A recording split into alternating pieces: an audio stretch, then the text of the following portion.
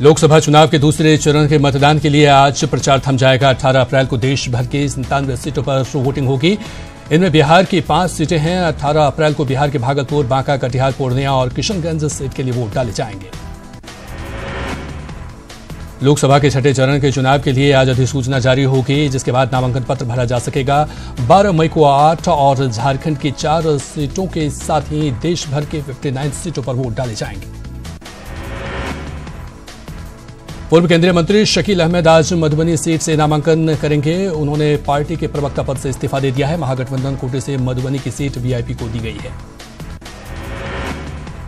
पूर्णिया के धमदाहा में नीतीश कुमार ने चुनावी सभा को संबोधित किया। सीएम ने राज्य सरकार के काम की चर्चा की, साथ ही आरजेडी पर हमला बोला।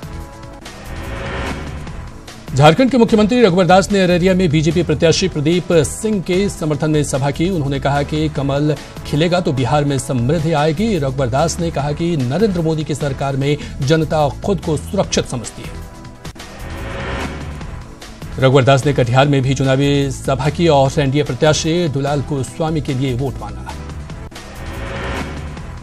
टिकट कटने के बाद बागी हुए बीजेपी सांसद सतीश चंद्र दुबे ने 22 अप्रैल को निर्दलीय नामांकन का ऐलान कर दिया है। सतीश दुबे ने नरकटियागंज में अपने समर्थकों के साथ बैठक कर निर्दलीय चुनाव लड़ने का ऐलान किया, साथ ही जुलूस निकालकर शक्ति प्रदर्शन किया। कोडरमा से महागठबंधन के प्रत्याशी बाबूलाल मरांडी ने सोमवार को नामांकन किया। इस दौरान झारखंड कांग्रेस अध्यक्ष अजय कुमार समेत महागठबंधन के कई नेता मौजूद रहे। हेमंत सोरेन और कांग्रेस नेता सुबोधकांत सहाय ने कोडरमा लोकसभा सीट पर महागठबंधन की जीत का दावा किया। सुबोधकांत सहाय ने कहा कि गिरिडीह और कोडरमा दोनों लोकसभा सीट पर महागठबंधन की जीत तय है।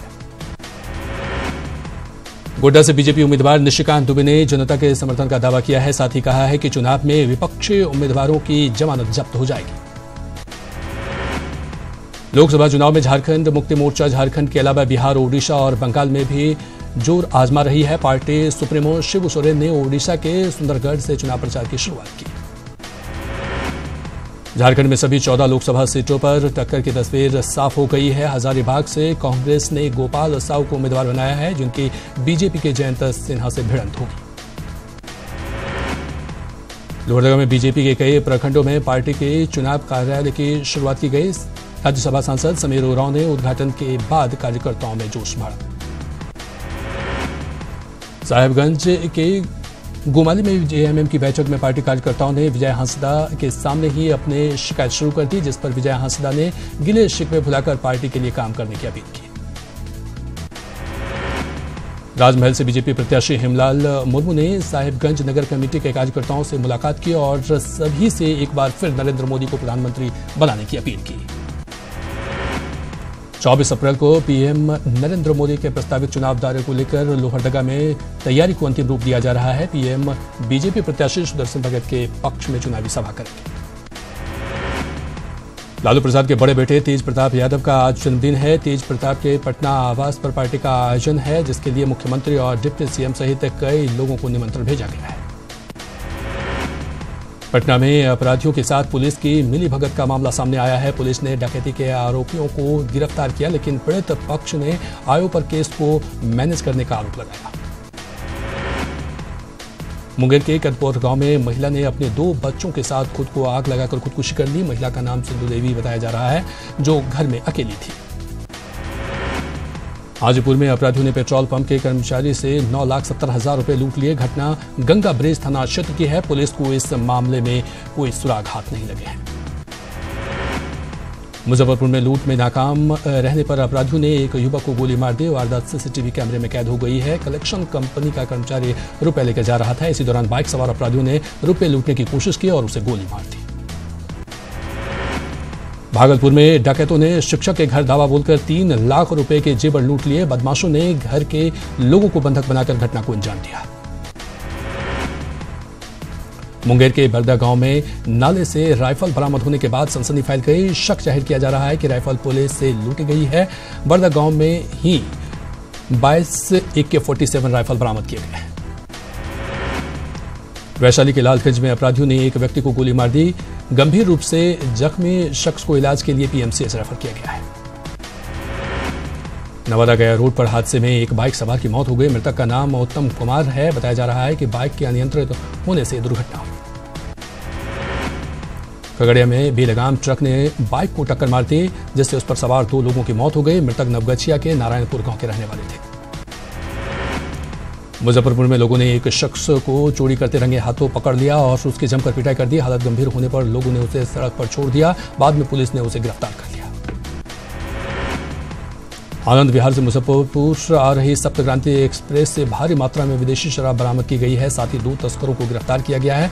आशंका जाहिर की जा रही है कि शराब को चुनाव के दौरान खपाने की तैयारी थी। शेखपुरा के बरबीघा में पुलिस ने छापेमारी कर भारी मात्रा में विदेशी शराब बरामद की। साथ ही एक कारोबारी को हिरासत में लिया गया है।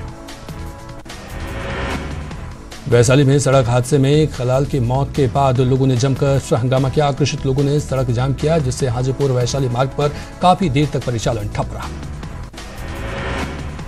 पटना सिटी के आरपीएम कॉलेज में छात्राओं ने जमकर हंगामा मचाया और कॉलेज प्रशासन के खिलाफ नारेबाजी की। छात्राओं ने परीक्षा के नाम पर अवैध वसूली का आरोप लगाया। सहरसा के अतलखा गांव में मामूली विवाद को लेकर एक बेटे ने अपने पिता की हत्या कर दी। बताया जा रहा है कि बेटे का पिता से साग तोड़ने को लेकर विवाद हुआ था। मुंगेर में 35 साल के युवक की गला दबाकर हत्या कर दी गई। मृतक का नाम उदय चौधरी है और हत्या की वजह का पता नहीं चल सका है। नालंदा के हरनौत में अपराधियों ने एक पत्रकार की बेटे की हत्या कर दी। बताया जा रहा है कि 16 साल का अश्विनी कुमार उर्फ चुन्नू घर से खेलने के लिए निकला था। इसी दौरान उसकी हत्या कर दी गई। बिहार बीजेपी अध्यक्ष नित्यानंद राय ने पत्रकार की बेटी की हत्या पर गहरा दुख जताया है। उन्होंने कहा कि सरकार हत्या के गुनाहगारों को पकड़ेगी और उन्हें सख्त से सख्त सजा दिलाएगी। पूर्व सीएम जीतन राम मांझी ने नीतीश कुमार के गृह जिले में पत्रकार के बेटे की हत्या पर दुख जताया है। साथ ही लॉ एंड ऑर्डर को लेकर बिहार सरकार पर हमला बोला। जेडीयू ने वैशाली में पत्रकार के बेटे की हत्या मामले की कड़ी निंदा की है। पार्टी प्रवक्ता अजय आलोक ने कहा कि ऐसे मामलों पर सरकार जीरो टॉलरेंस की नीति पर चल रही है और गुनाहगार जल्द पकड़े जाएंगे। गढ़वा में रेप पीड़िता छात्र ने खुदकुशी कर दी। उसने कोचिंग संचालन पर दुष्कर्म का आरोप लगाया था। गिरिडीह में नक्सलियों और सुरक्षा बलों के साथ हुई मुठभेड़ में सीआरपीएफ का एक जवान शहीद हो गया। शहीद जवान जेडी विश्वजीत असम का रहने वाला था। मुठभेड़ के बाद घटनास्थल पर 3 नक्सलियों के शव बरामद किए गए। गढ़वा के मेराल में एक युवक नशाखुरानी गिरोह का शिकार बन गया। बेहोशी की हालत में युवक को सदर अस्पताल में भर्ती कराया गया है। दहेज हत्या मामले में रांची कोर्ट ने आरोपी पति, ससुर और ननद को 10-10 साल की सजा सुनाई है। जगन्नाथपुर थाना क्षेत्र में साल 2017 में ये हत्या हुई थी। मुजफ्फरपुर के कटरा के चिचड़े गांव में एक तेंदुए ने 8 लोगों को घायल कर दिया, जिसके बाद ग्रामीणों ने तेंदुए को घेर कर मार डाला। बेतिया में 6 साल की एक मासूम बच्ची की बेरहमी से हत्या कर दी गई। बच्ची रविवार देर शाम से ही लापता थी और सोमवार को उसका शव बरामद हुआ। बेगूसराय में अपराधियों ने फसल लूट के दौरान किसान की गोली मारकर हत्या कर दी। घटना बछवाड़ा थाना इलाके के गोपालपुर चमथा की है। लखीसराय में नगर थाना क्षेत्र में एक युवती का शव मिलने से सनसनी फैल गई। पुलिस के मुताबिक हत्या के बाद युवती का शव गड्ढे में फेंक दिया गया है। औरंगाबाद के बेला गांव में राइफल और पिस्टल से लैस कुछ लोगों ने पुलिस की मौजूदगी में 5 राउंड फायरिंग की। ग्रामीणों का आरोप है कि इलाके के मुखिया ने ही गोली चलाने के लिए हथियार मुहैया कराए। बोकारो के हाइड्रल प्लांट के पास नदी से एक शव बरामद किया गया है। मृतक की पहचान नहीं हो सकी है। सरायकेला के राजनगर में 3 ट्रकों में जबरदस्त टक्कर हुई, जिसमें एक ट्रक के खलासी की घटनास्थल पर ही मौत हो गई। गिरिडीह के डुमरी में नक्सलियों ने एक व्यक्ति की गोली मारकर हत्या कर दी। घटनास्थल पर छोड़े गए पर्चे पर युवक पर मुखबिरी का आरोप लगाया गया है। पुलिस मामले की जांच कर रही है। पटना रांची NH-31 पर नवादा के नजदीक यात्रियों से भरी बस अचानक पलट गई। इस हादसे में करीब 12 यात्री घायल हो गए। बस रांची से रक्सौल के लिए जा रही थी। हजारीबाग में रामनवमी जुलूस के दौरान मामूली विवाद में युवक की हत्या कर दी गई, जिससे नाराज परिजनों ने आरोपी अमर कुमार के घर में आग लगा दी। मुजफ्फरपुर में इनकम टैक्स की टीम ने जिला परिषद अध्यक्ष इंदिरा देवी और उनके ससुर बोचहां के पूर्व MLA मुसाफिर पासवान के आवास पर छापेमारी की। इसके अलावा एक डॉक्टर के क्लिनिक पर भी छापेमारी हुई। बीपीएससी के रिजल्ट में गड़बड़ी के खिलाफ अभ्यर्थी बीपीएससी के गेट पर जमकर हंगामा किया। छात्रों ने दोबारा रिजल्ट जारी करने की मांग की। छपरा में नक्सलियों ने जेडीयू के पूर्व विधायक कृष्ण कुमार उर्फ मंटू सिंह की दाल मिल में आग लगा दी, जिसमें 10 करोड़ की संपत्ति का नुकसान का अनुमान है। झारखंड के पूर्व मंत्री योगेंद्र साहब ने रांची की अदालत में सरेंडर कर दिया, जिसके बाद उन्हें न्यायिक हिरासत में जेल भेज दिया गया है। जमानत के लिए अब योगेंद्र साहब हाईकोर्ट का दरवाजा खटखटाएंगे। जमशेदपुर के आजाद नगर थाना क्षेत्र में बाइक सवार 4 अपराधियों ने जफर नामक युवक की गोली मार दी। जमीन विवाद में इस घटना को अंजाम दिया गया है। सरायकेला के राजनगर में 2 अलग अलग हादसों में 3 लोगों की मौत हो गई। डीवीसी के पास ट्रक की चपेट में आने से एक कंडक्टर की मौत हो गई। वहीं हेसल में बस की चपेट में आने से 2 युवकों की जान चली गई। रामगढ़ में दामोदर नदी में नहाने के दौरान डूबने से 2 बच्चों की मौत हो गई। स्थानीय लोगों ने दोनों बच्चों का शव नदी से निकाला। बताया जा रहा है कि एक साथ 14 बच्चे नदी में नहाने गए थे। चतरा के सिमरिया प्रखंड में एक घर में निकले चिराग ने 8 घरों को अपनी चपेट में ले लिया, जिसके बाद दमकल की मदद से आग पर काबू पाया गया। राज्य के निवारणपुर में गैस सिलेंडर में अचानक आग लगने से अफरा तफरी मच गई। मोबाइल फास्ट दुकान के गैस सिलेंडर में आग लगने की सूचना के बाद फायर ब्रिगेड की गाड़ी पहुंची, लेकिन उससे पहले ही लोगों ने आग पर काबू पा लिया। धनबाद के कांग्रेस प्रत्याशी कृति झा आजाद ने सुरक्षा में कटौती पर चिंता जताई है। केंद्र सरकार ने उन्हें Y+ सुरक्षा दी है, लेकिन धनबाद पुलिस ने इसमें कटौती करते हुए उनकी सुरक्षा में महज 2 कांस्टेबल को तैनात किया है। भाकपा माले ने सासाराम सीट से उम्मीदवार उतारने का ऐलान किया है। पार्टी उम्मीदवार अशोक बैठा 24 अप्रैल को नामांकन करेंगे। पूर्व सांसद साधु यादव खुलकर राबड़े देवी और तेजस्वी यादव के समर्थन में आ गए हैं। साधु यादव ने कहा कि प्रशांत किशोर लालू यादव से मुंबई अस्पताल, पटना आवास और रांची में करीब 5 बार मिले थे। बेगूसराय के चुनावी मुकाबले में देश भर में चर्चा है, लेकिन लोग सड़क और पुल जैसी बुनियादी सुविधाओं की मांग कर रहे हैं। अग्नि सुरक्षा सप्ताह को लेकर सुपौल में अग्निशमन पदाधिकारियों के नेतृत्व में मॉक ड्रिल का आयोजन किया गया, जिसमें छात्र छात्राओं को आग से सुरक्षा के उपायों की जानकारी दी गई।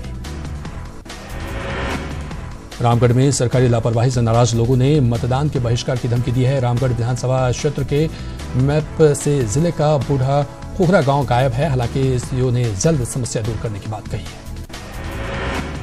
बोकारो में चास प्रखंड के गुड़गुड़ी गांव के लोगों ने वोट बहिष्कार की धमकी दी है। लोगों का आरोप है कि उनके गांव से 4 किलोमीटर दूर मतदान केंद्र बनाया जाता है, जिससे लोगों को काफी परेशानी होती है। पलामू में प्रशासन की ओर से वोटरों को जागरूक करने के लिए कैंडल मार्च निकाला गया, जिसमें लोगों ने ज्यादा से ज्यादा संख्या में वोट की अपील की गई। साहिबगंज में 20 अप्रैल को मतदान कर्मियों को ईवीएम का प्रशिक्षण शुरू होगा। राजमहल में 19 मई को वोट डाले जाने हैं, इसके लिए प्रशासनिक तैयारी तेज हो गई है। सरायकेला जिला प्रशासन ने कई शिक्षण संस्थानों में मतदान जागरूकता अभियान चलाया। इस मौके पर डीसी छवि रंजन ने युवा वोटर्स को मतदान करने की शपथ दिलाई। पूर्णिया में युवा कलाकार विपुल ने मतदाताओं को जागरूक करने के लिए जागरूकता संगीत तैयार किया। वो अपने गीत गाकर मतदाताओं को जागरूक कर रहे हैं। सीतामढ़ी में लोकसभा चुनाव को लेकर जिला प्रशासन पूरी तरीके से मुस्तैद दिख रहा है। चुनाव आयोग के निर्देश पर जिले में तैनात किए गए नए डीएम गंभीर हैं। और फिलहाल इस बुलेटिन में इतना ही। हमें दीजिए इजाजत। नमस्कार।